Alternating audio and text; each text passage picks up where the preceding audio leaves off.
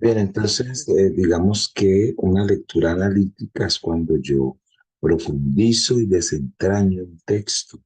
Para profundizarlo y desentrañarlo, yo necesito, digamos, asimilar la información, anotar y subrayar los conceptos y términos desconocidos. Aquí, por eso la técnica que vamos a hablar y vamos a mirar cobra pues un papel importante porque es el subrayado. Entonces, ¿para qué subrayo? ¿Sí?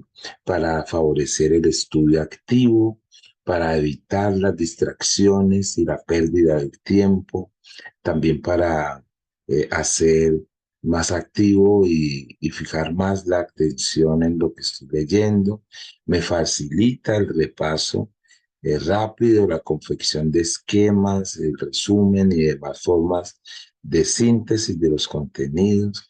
El subrayado me posibilita la ampliación y utilización del vocabulario específico de la materia y me ayuda a comprender el contenido de un tema y retenerlo al ser la base del estudio de asimilación y memorización. También desarrolla mi capacidad analítica y de observación, ¿no? El subrayado además me obliga a plantearme qué es lo principal, es decir, a jerarquizar, ¿no? Y qué es lo secundario.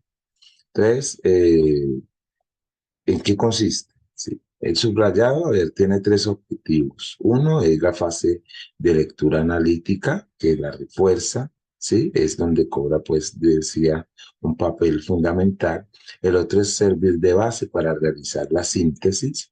Y finalmente, el subrayado me permite recordar, ¿sí? Que lo que se va a marcar y a subrayar son los elementos que nos ayudan a recordar el contenido del tema. Bien, se realiza en una segunda o tercera lectura. Nos servimos o utilizamos el subrayado para destacar las ideas más importantes del texto o del tema a estudiar, para seleccionar lo fundamental, tratando de localizar las ideas y aspectos más importantes, puntuales, y ver el encadenamiento lógico de estos elementos. Jerarquizar las ideas, ya que no todas tienen la misma importancia. Hay que buscar ideas fundamentales, ¿sí? Debiendo ir pues de todo a la parte, de lo general a lo particular.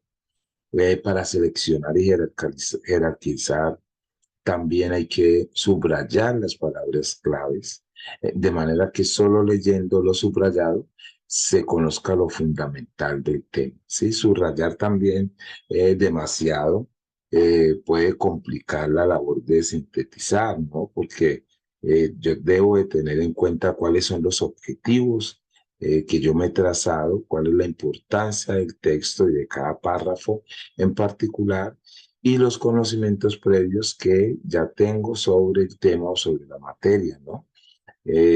Una recomendación es que el texto subrayado no debe superar la cuarta parte del texto entero. Bien, ¿qué no debo de hacer? Subrayar antes de realizar una lectura completa del texto, subrayar en exceso, solo se debe subrayar las palabras claves, subrayar las palabras que no tienen sentido por sí mismas en relación con el tema, utilizar demasiados colores y trazos, eso hace que pueda confundirme. Bien, y las técnicas del subrayado, pues a ver, hay una que es la lectura párrafo a párrafo, donde yo voy a subrayar las palabras claves, tanto ideas principales como secundarias. Allí puedo utilizar distintos colores y trazos, no demasiados como vimos anteriormente, para diferenciar pues las distintas partes del subrayado, pero sin sobrecargarlo.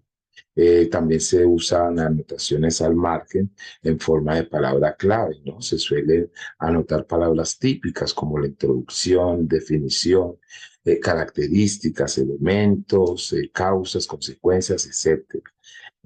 Para destacar o relacionar unos contenidos con otros, podemos utilizar interrogaciones, flechas, símbolos y otros gráficos. Y cuando la importancia sea necesario subrayar varias líneas seguidas, es más práctico, ¿no? Situarlas entre unos corchetes o unos paréntesis.